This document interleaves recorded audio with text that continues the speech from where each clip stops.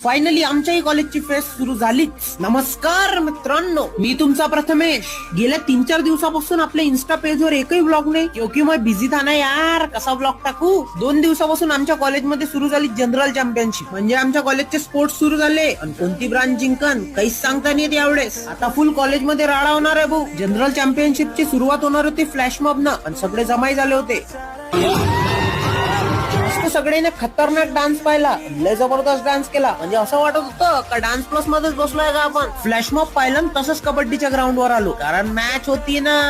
7-8 matches झाल्या खतरनाक. दोन्ही इकडे सन्नाटा होता, कोणती ब्रांच जिंकन कोणती ब्रांच जिंकन. शेवटी आयटी वर्सेस ईएनटीसी फायनल सुरू झाली भाऊ. आता